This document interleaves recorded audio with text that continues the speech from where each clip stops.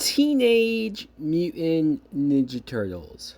What a interesting franchise for us to rank and talk about. This has so many different fans from so many different age ranges and time periods and eras of the property that I am sure many people will have different opinions. They will have their own favorites and non favorites. But this is my top six of the Ninja Turtles movies. Let's start with the very bottom. And I mean very bottom. Teenage Mutant Ninja Turtles Out of the Shadows. Actually, the most recent Ninja Turtles movie, not counting the brand new one that came out this year. This film, I think, made a lot of people upset because it finally brought in characters that we have been wanting to see from the franchise in live action, right? I'm talking about Bebop and Rocksteady. I'm talking about Krang. In the cartoons, I used to think this character was creepy and menacing, but maybe it was just the movie itself, but it kind of looked goofy as all hell. By the way, shout out to Sheamus for being in this movie and playing one of the villains. But this film had so many issues. The way how Casey Jones is introduced. And I love Stephen Amell, but I'm not quite sure he was the best casting for it. I think them emphasizing Megan Fox's hotness doesn't help anyone's case who tried to defend her playing April O'Neil. You had many things that if you found wrong about the first film, it just carried over here times two. It was sillier, it was goofier. Tyler Perry playing Baxter, the scientist. What are we doing? How did this happen? And then also, I could not believe that we were in the year 2016 and we had a big blockbuster movie end with a battle that had a beam shoot up in the sky. We've almost been doing this for 20 years. And they still thought, this is fresh, this is original, this is new. Let's just move on to number 5, TMNT from 2007, a film that I did not see in theaters when it came out. I probably wasn't even aware of the movie until some years later. But when I finally did watch it, I said, oh, that's all right. That's not bad. It's not a bad movie. It's not. The villain, very forgettable, very much. I'm even sitting here now trying to remember exactly what his plot was. He was some generic business guy that wanted to steal. I think he wanted to time travel or some said shit. He had this army of people, really generic people for the Turtles to face. Does this movie continue on from the original 90s films? I'm not sure, actually. But I like that they were older, the Turtles. I like that they had split up and gone off to do their own things. It was a good way to start the movie. Very interesting that Raphael pretty much just became Batman. I think people would compare him to that anyways, but this, right on the nose. It sort of pained me to see him and Leonardo get to the point where they fought, like physically fought each other. I know that they always butted heads. I know that they always had that interaction, but to push it this far, I get that this is a little more mature. I get that they wanted to do something with it, but I don't know. I don't know if I really wanted to see all of that. Number 4, Teenage Mutant Ninja Turtles 3, Turtles in Time. A movie that I will very well admit that I watched this over and over and over again as a kid. It was the only Ninja Turtles movie that I had, that I owned on VHS. So I had no choice but to watch this one. I would catch the other two movies on TV, but for whatever reason, being a kid, my mom only bought this third film. And so as a kid, I enjoyed it. It filled the time. It got me to see the Turtles doing different things, but when I watch it now as an adult and I see this plot of them finding this staff, and it not only puts them back in time, but it swaps them out with other characters that Casey Jones, who was not in the second movie, but returned for this one. And he's just there to babysit the other Japanese guys that got swapped in place for the Turtles. So what a waste of that character.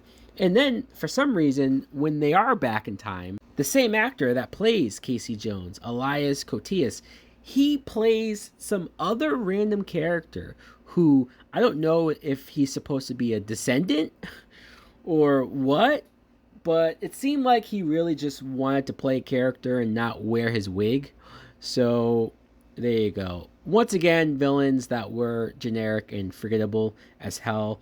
And I don't know why the Turtles, the prosthetic suits for the Turtles, why they all of a sudden have these black spots on them. Like they all of a sudden got the chicken pox or turtle pox. Everything about this movie seemed a lot cheaper. Number 3, Teenage Mutant Ninja Turtles 2014. Maybe shocking that I would put this reboot above anything from the 90s, but from what I remember being talked about with this movie, from the rumors to the script leaks, and remember, this was a Michael Bay produced film, and the rumors is that they were going to change the Turtles to make them aliens. They were going to have this whole switcheroo with Shredder. In fact, I'm convinced that originally Shredder was going to be a white guy and a business guy. I don't buy them. They heard the fans bitch. They heard the fans complain. Before Star Wars and the Snyder Cut, Teenage Mutant Ninja Turtle fans complained about the bullshit that was being done. Thankfully, Shredder is an older Japanese dude, even though if they didn't do whole lot with him. But at least he was Shredder, and at least it got the point across. I'm still upset over the design of the Turtles, that they are pretty much the Hulk. They're huge, especially Raphael. I mean, he's twice the size that he really should be. And they're all CGI. But I think the bigger problem is the specific design of their faces, how they look just odd. But like I said, this movie could have been a lot worse. I thought this movie had some decent action. It wasn't nearly as corny and cheesy as even the sequel. Megan Fox in this first film, I think, is much better than she probably has in almost anything else that she's been in. Number 2, Teenage Mutant Ninja Turtles 2, Secret of the Ooze. This came out just 1 year after the original film, and so the turnaround is insane. And this is universally, I think, for most people, their favorite Ninja Turtles movie as a kid. When you watch this as a kid, it's so fun, it's so cool, it's bigger and crazier than the first film, and so you just want to rewatch it over and over again. And if you're honest with yourself and you watch it as an adult, you sit back and say, oh, this movie isn't as good as I thought. It is a lot sillier than I remember. Why don't they have Bebop and Rocksteady? Why do they have these random Razor and whatever the hell characters that they have? How did Shredder survive being crushed by that dumpster? Why did they recast the actress that played April O'Neil? Although I don't mind this actress really at all. But still, kind of weird. And why is Casey Jones not here? I don't mind this kid that they brought in. He had his moments, and he does a lot of the fighting. He played one of the Turtles in the suit for the first film, so I think they just wanted to give this kid a bone. But I did not want him to take over or replace the role that Casey Jones had.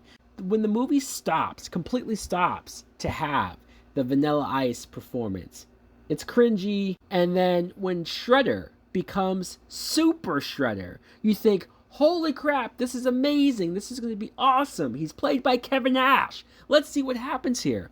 Until he just kills himself and the Turtles don't even have to do anything. All of that makes it sound like this movie should be way lower on the list. But between my nostalgia kicking in and for me still finding things about the film, the action, and just interactions between the Turtles, there's enough in this movie to put it at the spot that it's in, but it's not nearly as good as I would like. For the number 1 best Ninja Turtles movie, though, I think it's obvious. It's probably been obvious since you started the video. It's the original 1990 movie. I love this movie. I do. And it amazes me every time I go back and rewatch this how well the tone balances out, how much they took this property that is ultimately for kids, that does come from comic books and cartoons, especially. The cartoons is what blew this property up. And it's silly, the whole idea, the premise. But somehow that 1990 movie had that edge to it, had that groundedness to it. I mean, you have Shredder taking kids, troubled teenagers, off the streets to have them join his foot gang. When you see how much of that is worked into what's going on with the city, it's pretty dark. It is. But also, I love some of the characteristic choices, like Raphael sneaking out with the trench coat, as silly as it is. I think this movie knew how to have fun with it. Casey Jones, his introduction, and him just being a part of it. I love this actor, and I think for me, he'll forever be the definitive Casey Jones. Also, April O'Neil. The reason why April O'Neil is such an important part of the group and why we bitch so much about her casting and other things is because how well she was written here, how much she cared about being a reporter and getting the truth out there, but also being there for the turtles. But I can't get enough over how good the practical suits of the turtles look. I know that, sure, they look like suits, and I know that we know it's just people in them, but I'll always say that people in suits will always look better than CGI that you can see in anything and not as special. This film, I think, being able to see people do the martial arts, do the fighting, and have it look tangible, like it's actually happening, that goes a long way. It's the only Turtles movie, in my opinion, that's been able to balance the tone of being for kids, being appropriate for kids, but also being a good movie that adults can enjoy and get into. So guys, let me know in the comments below not only what you think of my list, but what are some of your favorite and least favorite Turtles movies. Thanks for watching. Like, comment, subscribe. Later!